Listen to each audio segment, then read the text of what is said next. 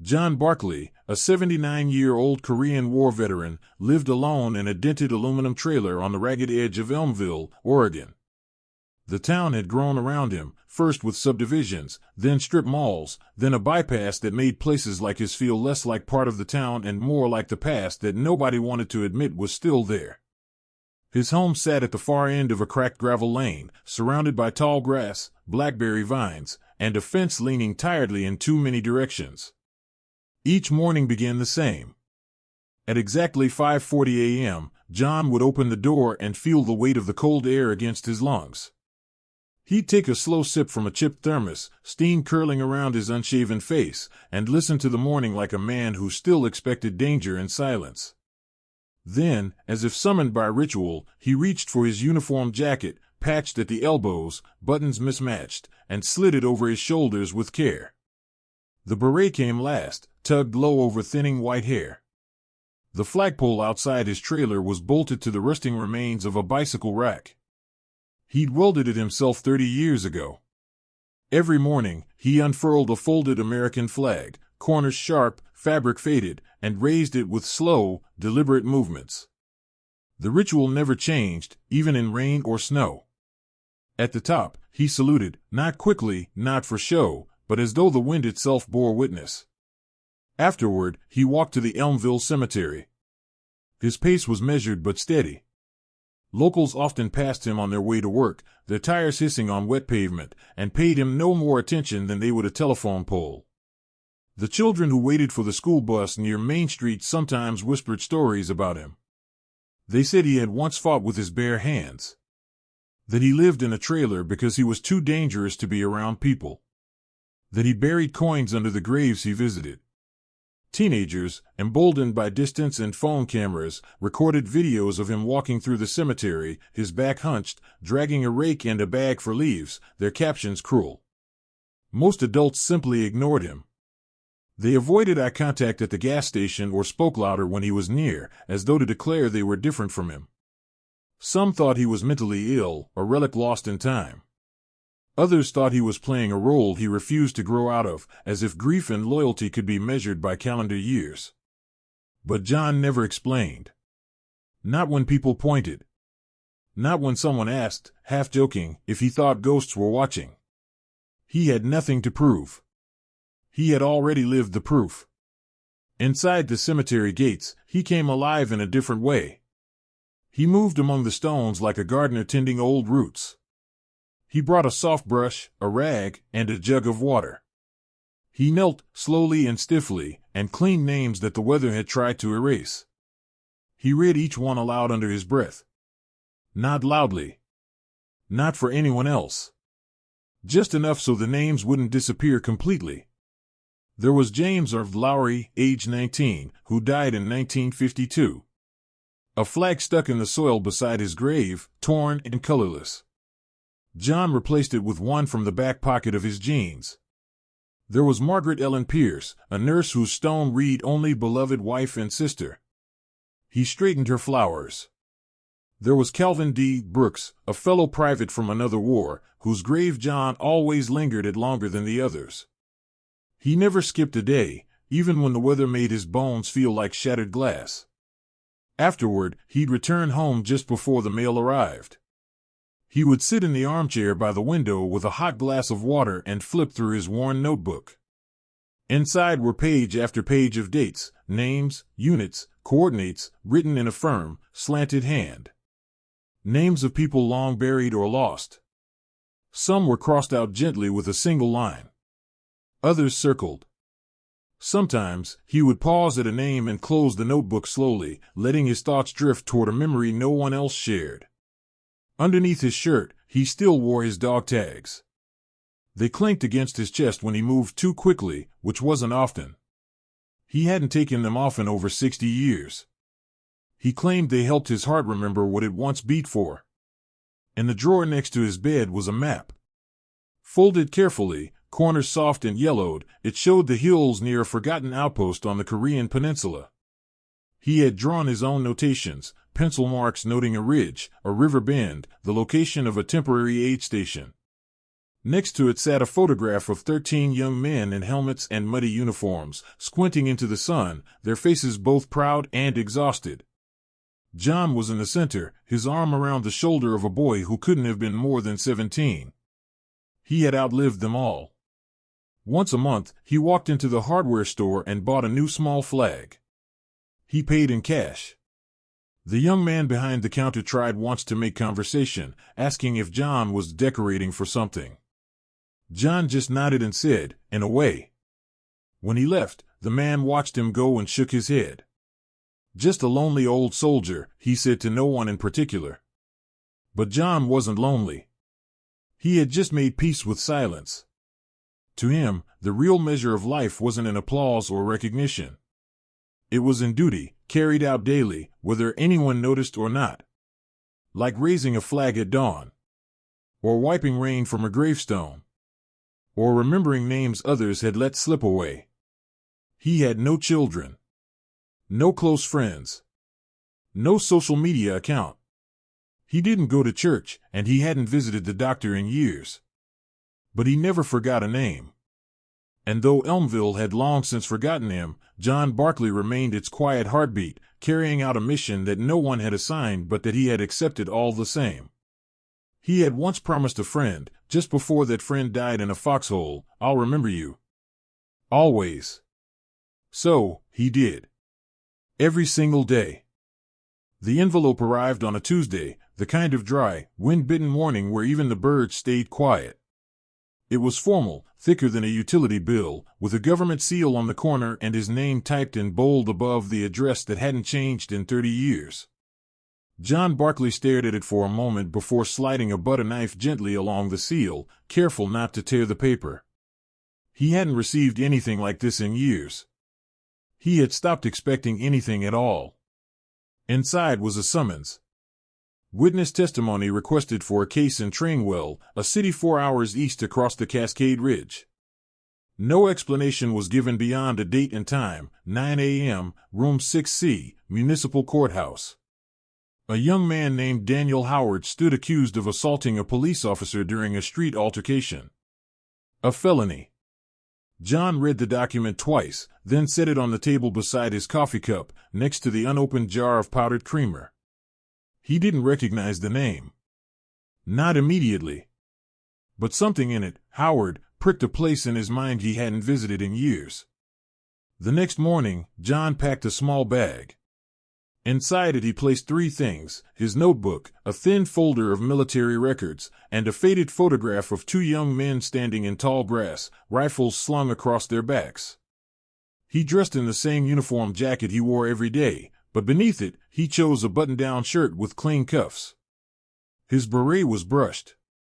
His boots, though cracked with age, were polished. The bus station in Elmville hadn't seen a crowd in years. The ticket clerk barely glanced up as John bought a one-way fare. The trip took 6 hours, including a delay near a rockslide outside Malala. The bus was loud with chatter and tinny music through shared earbuds, but John didn't speak. He sat by the window, the same way he had on his first troop transport out of Fort Lewis in 1950, and watched the landscape roll past like an old newsreel. He arrived in Trainwell late in the evening and checked into a roadside motel with buzzing neon lights and a key that still used a brass tag. The room smelled of dust and heating coils, but he didn't mind. He placed the photograph on the bedside table, drank half a cup of lukewarm tap water, and turned off the light. Sleep came slow and fragmented, broken by half-dreams and the sound of cars outside. At 4 a.m., he woke for good. By 6:30, he was walking the 6 blocks to the courthouse. His boots echoed on the cold concrete as office workers brushed past him, giving double takes at the sight of an elderly man in a worn military jacket and beret. Some laughed under their breath. Others shook their heads. One teenager took a photo from across the street. John didn't react. He didn't look away. Security at the courthouse was routine but tense. The guard at the front scanned his ID with a puzzled look, then waved him through after checking the witness list. "You know this is the Howard case, right?" the guard asked, squinting at the list again. "You're the guy?" John simply nodded. Didn't think they were calling anyone in from that far back, the guard muttered, mostly to himself. The courtroom was already half full when he entered. Lawyers in dark suits shuffled papers and spoke in hushed tones. Spectators, families, reporters, courthouse clerks sat in the rows of benches, waiting for something newsworthy. A few snickered when John walked in. One woman whispered to another and covered her smile behind her hand. A boy in the back row pointed, asking his father if the old man was lost. John walked to the front and waited near the witness bench. He didn't fidget. He didn't seem to hear the whispers. When the door opened and Judge Jordan entered, the room rose, as per procedure. But something different happened when the judge looked at John. The gavel never dropped. The usual introductions were suspended. A breathless silence settled over the chamber. Judge Jordan, a stern woman known for her uncompromising courtroom presence, froze mid-step. Her eyes narrowed slightly, then widened, and her jaw set not in annoyance, but in recognition. She nodded once. And then she stood fully upright and took a step back from the bench. Behind her, the entire judicial panel slowly rose. One by one. Even the court clerk stood. The prosecutor blinked in confusion, then pushed back his chair and stood too. No one spoke. No one was told to stand. But something about John Barkley's presence carried a weight older than the court, heavier than the charge being tried. He took his seat as if nothing unusual had happened. His hands rested calmly on the folder in his lap.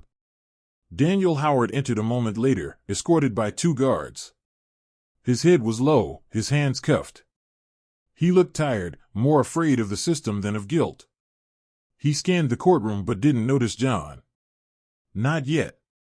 When the proceedings began, the prosecutor launched into a series of statements about disorderly conduct, resistance to arrest, and prior warnings ignored.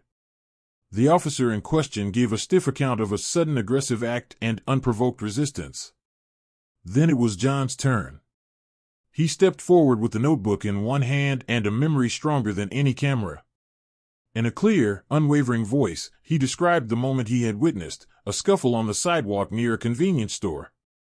A man convulsing on the ground. A young stranger stepping between the man and the officer's baton, shielding the unconscious with his own body. A pause followed. Then John produced a small USB drive and set it on the stand. A side camera from an adjacent coffee shop had recorded the entire incident. He had found the feed by tracing the street layout and remembering the angle. It had taken 3 calls and 1 favor from a retired technician. The footage played. The room watched in silence as the truth filled the screen. And in that silence, something shifted again. Daniel turned slowly toward the old man, eyes narrowing, not in confusion, but in recognition of something deeper. But the full weight of that connection had not yet come to light. The silence that followed the footage was thicker than anything words could break. The courtroom had gone from skeptical murmurings to stunned quiet. Even the prosecutor sat still, pen hovering above his notes, as if unsure whether to continue the performance. The footage, despite its grainy quality, had shown everything with brutal clarity. The man on the ground convulsing in the cold light of early morning. The officer swinging his baton too soon, too hard. And Daniel Howard, barely more than a shadow in the frame, stepping in, arms raised, body curled protectively over the man like a human shield.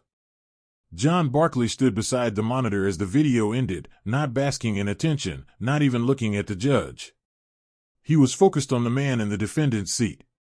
He studied Daniel's posture, the way his hands clenched in the cuffs, the way his eyes darted away, then back again. There was a storm behind that gaze.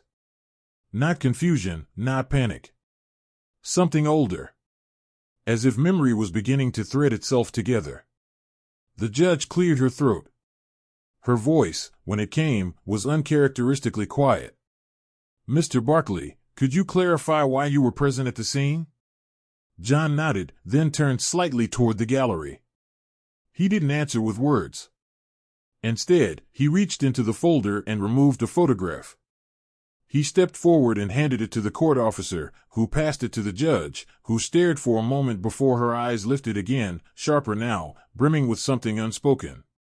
She passed the photo to the clerk. Then to the prosecutor. Finally, it reached the defense attorney and was placed before Daniel. He picked it up with shaking fingers.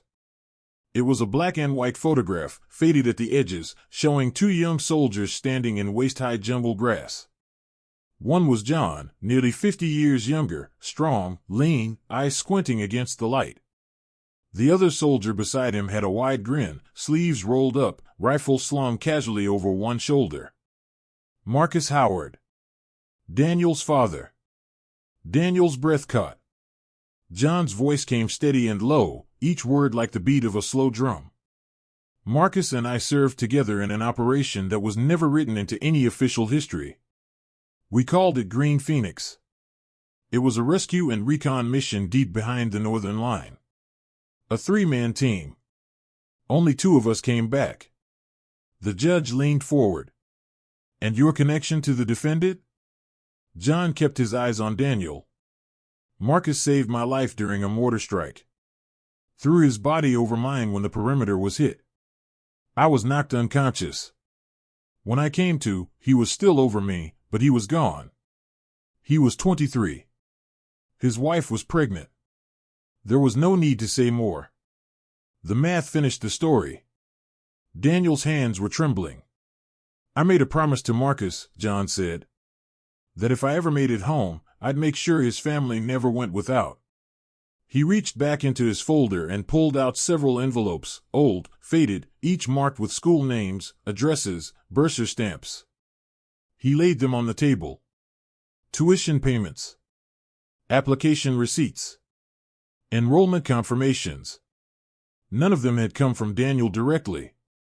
I never told him, John said, his voice softer now, almost to himself. Didn't want to be owed anything. I just wanted to keep the promise. Murmurs rose from the back of the room, but the judge silenced them with a single glance. Even the officers standing guard at the door seemed rooted in place, watching with expressions carved from stone. John returned to his seat, knees stiff but eyes clear. The defense attorney, usually animated, seemed suddenly humble. He rested a hand on Daniel's shoulder, gently, like one might on a flag-draped coffin. Daniel sat still, fingers still touching the edges of the photograph. But his face had changed. The war behind his eyes had shifted. He had come into the courtroom carrying the weight of accusation, the burden of being misunderstood, the fear that his actions would never be seen for what they truly were. Now, something else filled that space, the knowledge that his father's sacrifice hadn't vanished into some jungle fog. That a stranger, this solemn man in a worn jacket, had carried it across decades, across silence, across time. The prosecutor, after a long pause, stood and closed his binder. We withdraw the charge, Your Honor. No one breathed. The judge leaned back. She removed her glasses slowly and laid them on the bench before speaking. In my years on this bench, I've seen more lies than truths. I've watched men defend violence with prettier words. But today, truth stood up in boots worn thin by time. Mr. Barkley, your testimony has not only exonerated a man, it has reminded this court of what service looks like beyond the battlefield. There was no applause. Just silence. As if even that was too loud for the moment. Then, slowly, like a tide turning, the courtroom stood. Not out of procedure. Not from a judge's order. But for John. Every lawyer, every guard, every onlooker. They rose and turned toward the man who had quietly carried a promise longer than many people live. John said nothing. He nodded once, placed his beret under his arm, and stepped down from the stand. The silence spoke louder than any words could have. And Daniel sat, holding the photograph of the father he had never known, staring at the man who had kept that memory alive all these years, not for gratitude, not for praise, but because a promise, once made in the dirt and fire of war, had no expiration date. John Barkley didn't stay in Trainwell long after the hearing. He declined the reporters who lingered by the courthouse steps, ignored the camera flashes that tried to capture a face already lined by decades of light and shadow. Daniel had wanted to speak with him, to say something, anything, but John had gently placed a hand on his shoulder, firm and final, as if to say, what mattered had already been said. He took the late bus back to Elmville, sitting in the same window seat, arms folded over the same threadbare folder, beret tucked in his lap. He didn't tell anyone on board where he had been. He didn't need to. That was John's way. He returned home as quietly as he had left. The next few weeks unfolded without ceremony. The cemetery saw him each morning, the flag still rose at dawn, and the thermos still held that same lukewarm coffee. But neighbors began to notice a change, not in John, but around him. A small bouquet of fresh flowers had been left by the fence. Then a card. Then a military coin placed gently beneath the pole. John never acknowledged them. He simply carried on. Then, one frosted morning in early December, he didn't come outside. The flag stayed lowered. The cemetery gate remained locked. And the window of the old trailer stayed dark long past sunrise. It was the mailman who knocked first. Then the boy from the hardware store. Finally, the sheriff came, quiet and respectful, and entered the trailer with a spare key John had given him years earlier, only for emergencies, he'd once said. They found him in his bed, lying on his side, one hand resting on the notebook, the other on a folded envelope sealed with wax. His dog tag still hung around his neck. The air was still. Nothing disturbed. On the nightstand sat his Medal of Honor, gleaming faintly in the early light, and the photograph of two young men in jungle grass. There was no television. No radio. No ticking clock. Just memory and silence. News of his passing traveled fast, faster than he would have liked. Within hours, the story began to ripple outward. The court transcript leaked. The video evidence resurfaced. And someone, maybe the judge, maybe a clerk, shared what had happened in room 6C. The town changed in the span of a day. Veterans came first. Quiet men with careful steps and folded flags tucked under their arms. Then neighbors who had once laughed behind windows. Then people from Trainwell. Then others, strangers, really drawn by the sound of something honest in a world too used to noise. The funeral was held 5 days later. No family came forward. But they came anyway, dozens, then hundreds. Rows of men and women in uniform, saluting. Children who had only known him as the man who walked with the rake. The mayor, the county judge, 3 state legislators. Daniel stood among them, holding the sealed letter that had been addressed to him. No one knew what it said. He never shared it. But after he read it, his hands didn't shake anymore. Instead, he approached the casket alone and placed a single item atop the draped flag, the photograph. Then he stepped back and saluted, not the quick, sloppy kind learned from movies, but one drilled by lineage, loss, and love. When the rifle salute echoed through the hills, a hush fell. And when the flag was folded and presented, the hands holding it trembled. Later that month, outside the courthouse in Trainwell, a bronze plaque was mounted beneath the flagpole. It had been proposed by Judge Jordan herself and approved without debate. It read, "Honor is not worn. It is earned in silence. When no one is watching." Daniel returned to Elmville the following spring. He didn't stay long. Just enough to walk the cemetery once, rake in hand, brushing leaves from the headstones. He cleared them with slow, deliberate movements. Not because anyone told him to, but because he understood now. Because someone had shown him how. By summer, a scholarship in John Barclay's name had been created, funded by anonymous donors. Its purpose was simple, to support the children of veterans. No essays. No test scores. Just a single question, whose name will you remember? Daniel now sits on its advisory board. He never speaks publicly about what happened. But each Memorial Day, without fail, he visits a small grave in Elmville. He brushes the stone. stands in silence. And when he leaves, the flag waves in the wind behind him, and someone always lowers their voice. Because the man who once walked through that town like a ghost had become something more enduring. Not a hero in headlines. Not a statue. But a whisper in the soul of everyone who had watched justice rise quietly, without anger, without vengeance, and with nothing more than a notebook and a memory.